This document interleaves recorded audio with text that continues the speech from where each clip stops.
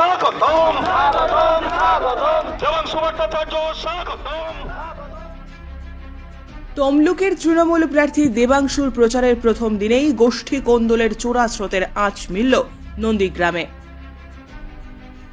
নন্দীগ্রামে শাসক দলের গোষ্ঠী কোন্দল সর্বজনবিদিত। আদি বনাম নব্য গোষ্ঠীর বিভাজনের ছবি মাঝে মধ্যেই প্রকট হয়ে দেখা দেয় জমি আন্দোলনের আতুর ঘরে। সোমবার নন্দীগ্রাম থেকে প্রথমবার প্রচারে নেমেছেন তমলুক কেন্দ্রের তৃণমূল প্রার্থী দেবাংশু ভট্টাচার্য। এদিনই প্রচারের আলোয় চলে এলো সেই গোষ্ঠী কোন্দলের ঘটনা। আসন্ন লোকসভা নির্বাচনে যা শাসক দল তৃণমূলের মাথা ব্যথার কারণ হয়ে উঠতে পারে বলেই মত রাজনৈতিক মহলে। এদিন পূর্ব ঘোষণা মতে নন্দীগ্রামে জানকী মন্দিরে পুজো দিয়ে নিজের প্রচার অভিযান শুরু করেন দেবাংশু।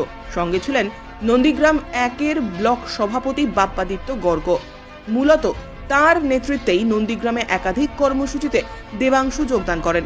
সেখান থেকে মাজারে চাদর চড়ানো, শহীদ বেদিতে মালা দেওয়া কিছুই বাদ দেননি তিনি। সেই সঙ্গে একের পর এক মিছিল, পথসভার মধ্য দিয়ে রীতিমতো ঝড় তুলে দেন। জনপ্রিয় খেলা হবে স্লোগানে ভরিয়ে দেন নন্দীগ্রামের একাধিক এলাকা। কিন্তু সেই সময় দেবাংশুর জন্য দেওয়াল লেখা শুরু করেছিলেন তৃণমূলের প্রভাবশালী নেতা শেখ সুফিয়ানের অনুগামীরা।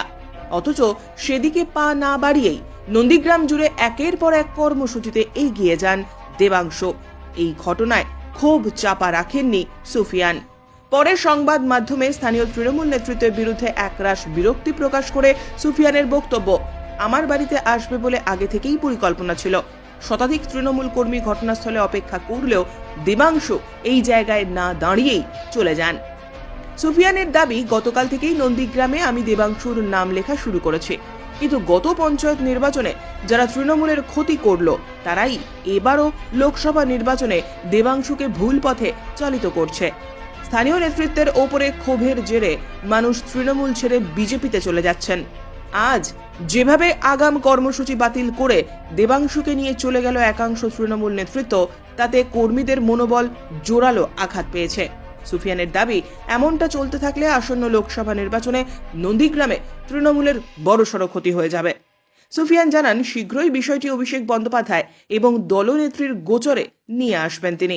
এভাবে চলতে থাকলে নন্দীগ্রামে বিজেপি লাভবান হয়ে যাবে। তবে ঘটনাটি জানতে পেরে দেবাংশু জানান, আমি অবশ্যই সুফিয়ান সাহেবের সঙ্গে দেখা করব। ওনার বাড়ি যাওয়াটা শিডিউলের মধ্যে ছিল না। মন্তব্য করলেন যে যারা দেবাংশুকে হারাতে চায় তাদের নির্দেশে দেবাংশু আমার এখানে ঢুকলো না। না, আমাদের তো শিডিউল অন্য। এই মুহূর্তে ঢোকা শিডিউল ছিল না। আমরা প্রোগ্রাম করে তারপর ওনার সাথে দেখা করতে যাবো, এটাই তো শিডিউল। কারা কি বলছেন আমি জানি না, এটাই তো শিডিউল। আমরা প্রোগ্রামগুলো করে তারপর ওনার সাথে দেখা করবো। ব্যুরো রিপোর্ট, উত্তরের প্রহরী।